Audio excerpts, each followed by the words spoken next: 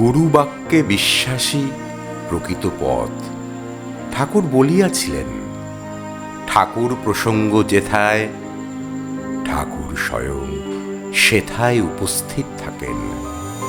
বেদ পাঠ বা গুরুর কথা শুরু হইলে মনোযোগ সহকারে শ্রবণ করাই কর্তব্য।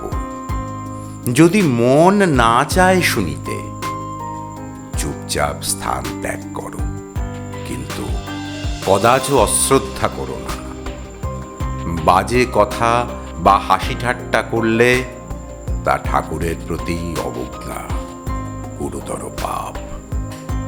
মনে রেখো, কৃষ্ণ রুষ্ট হলে গুরু রক্ষা করেন, কিন্তু গুরু রুষ্ট হলে কোনো কৃষ্ণ রক্ষা করতে